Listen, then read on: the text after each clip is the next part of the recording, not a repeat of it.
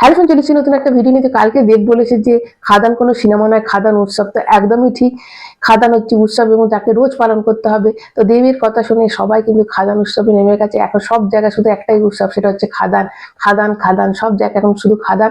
তো তোমাদের বলি যে ফার্স্ট দিনে যেটা বক্স অফিসে যেটা অ্যাডভান্স বুকিং হয়েছিল বুক মাই শো থেকে, শুধু মাল্টিপ্লেক্সের কথা বলছি, সেটা প্রায় 52 লাখের মতো। এবং এবার যদি ছোট সিঙ্গেল স্ক্রিনগুলো, সেগুলোতে কিছু ধরা হয়নি, যেহেতু কোনো ট্রেডের খবর মানে বাংলার ইন্ডাস্ট্রিতে পাওয়া যায় না এবং মেকার্সের তরফ থেকে কোনো পোস্টার আসে না। তাই first day collection proper total কত হয়েছে সেটা কিন্তু যতক্ষণ না মেকার্সটা বলবে আমরা জানতে পারবো না। তবে মোটামুটি কিন্তু 1 কোটির কালকে বিজনেস করিয়ে নিয়েছে এবং উৎসব কিন্তু আজকেও লেগে রয়েছে। 21.28K কিন্তু 24 ঘন্টার মধ্যে টিকিট সোল্ড আউট হয়ে গেছে। এবং তোমাদের এটাও জানা যায় যে বুক মাই শোতে কিন্তু 8.8 মধ্যে রেটিংও চলে এসেছে। এবং সিনেমা আজকের কথা তোমাদের যদি বলি যে স্টার থিয়েটারে 2টো শো, দুটোই অলমোস্ট ফুল। এবং মধ্যগ্রামে 5টা শো ছিল, তার মধ্যে কিন্তু 3টে অলমোস্ট ফুল। SBF যে 3টে শো আছে তার মধ্যে কিন্তু 2টো অলমোস্ট ফুল। এবং বেলগড়িয়াতে এবং নবীনা যেটা টালিগঞ্জ আছে সেটা কিন্তু পুরোপুরি কালকেও তাই ছিল, আজও কিন্তু একদম কিন্তু ওটা অলমোস্ট ফুলের দিকে যাচ্ছে। এবং মধ্যমগ্রামে তোমাদের যদি বলি, মধ্যমগ্রামেরও কিন্তু যে 4টে ওর মধ্যে 2টো কিন্তু অলমোস্ট ফুল। তো আইনক্স বলো, মানে আইনক্স যেটা সাউথ সিটি, সেটা কিন্তু 4টে শোর মধ্যে 2টো অলমোস্ট ফুল। মানে আমি আজকে কথা বলছি, এখন প্রচুর শো আরো দেওয়া হয়েছে।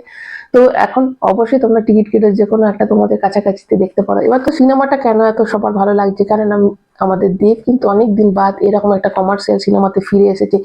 এমন একটা সিনেমা, দেখো এই সিনেমা কিন্তু মানে এই দক্ষিণ ভারতে আমরা এরকম ধরনের সিনেমা দেখে অভ্যস্ত, এবং অনেকে যারা বলছে যে সিনেমাটা কিছুটা কপি করা আছে, দেখো সবকিছু সিনেমায় কিন্তু একটা দেখে একটা মানুষ, এখন ট্রেন্ড যেটা চলে সেটাই কিন্তু মানুষ করছে, সবাই করে।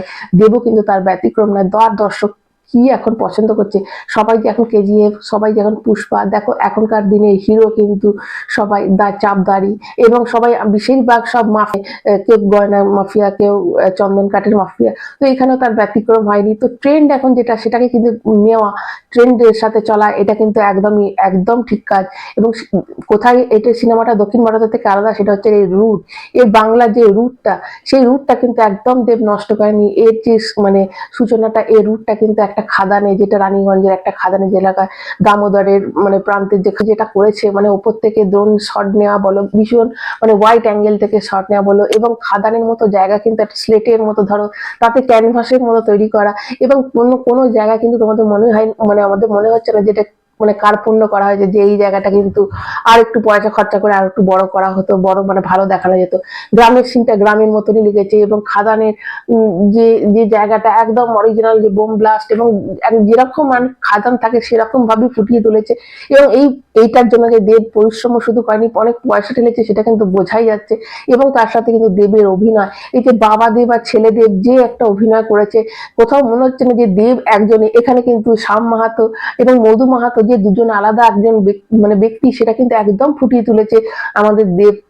এবং ফার্স্ট হাফে যেটা, যে দেব, শ্যাম মাহাতো এবং তার বাংলাদেশে যে বন্ধু আছে, তো সে মোহন, যে আমাদের যিশু সেনগুপ্ত অভিনয় করেছে, তো তারা একটা কয়লা মাফিয়া করে, তার সাথে কিন্তু ওখানকার যে MLA সিদ্দিকি, তো তারা কিন্তু হাত মেলায় সবাই মিলে। এবং ওখানকার যে মানে আঞ্চলিক যে নেতা, সে হচ্ছে আমাদের অনির্বাণ চক্রবর্তী, তার কথা আমি আলাদাভাবে অবশ্যই তোমাদের বলবো। তো তারা মিলে একটা সিন্ডিকেটের মতো তৈরি করে। পরবর্তীকালে সেই সিন্ডিকেটের রাজ হয় কিন্তু যিশু সেনগুপ্ত, এবং সেই যিশু সেনগুপ্তর কাছ থেকে পরে কি তার ছেলে সেই জায়গাটা দখল করতে পারে কিনা। এটা হচ্ছে সিনেমা শেষের দিকে ক্লাইম্যাক্স দারুণ, মানে ক্লাইম্যাক্স গুলো চমক দেওয়ার মধ্যে। এবং সব থেকে যে ভালো পার্ট, সেটা হচ্ছে এর মানে যে ফাইট সিন, যেটা যে সিনগুলো দেখার জন্য সবাই হলে যাবে। এবং এই সিনগুলো এবং যে রুটটা আছে, যে বাংলার যে রুটটা, যে প্যান ইন্ডিয়া, মানে কিন্তু আমাদের রুটটাকে কোথাও হারায়নি, দেব কিন্তু আমাদের রুটটাকে ধরে রেখেছে। এবং একটা হিরো কিন্তু তখনই হিরো হয় যখন ভিলেনটা কিন্তু সলিড হয়। এখানে যিশু সেনগুপ্তর কথা তো আলাদাভাবে বলবো, ভীষণ ভালো অভিনয় করেছে। এরকম যিশু সেনগুপ্তর অভিনয় যথাযথ, মানে মানে আগে আমি কোথাও মানে এরম ধরনের তার অভিনয় আমি দেখিনি। দক্ষিণ ভারতে শুনছি এখন এরম ধরনের সে অভিনয় করছে, এরকম ভিলেনের ক্যারেক্টার করছে, কিন্তু তার সাইড তার তো একটা সাইড ক্যারেক্টার, তো সে যথাযথ অভিনয় করেছে। কিন্তু যেটা হতাশ করেছে সেটা হচ্ছে এখানকার নায়িকাদের বিশেষ কোনো রোল ছিল না।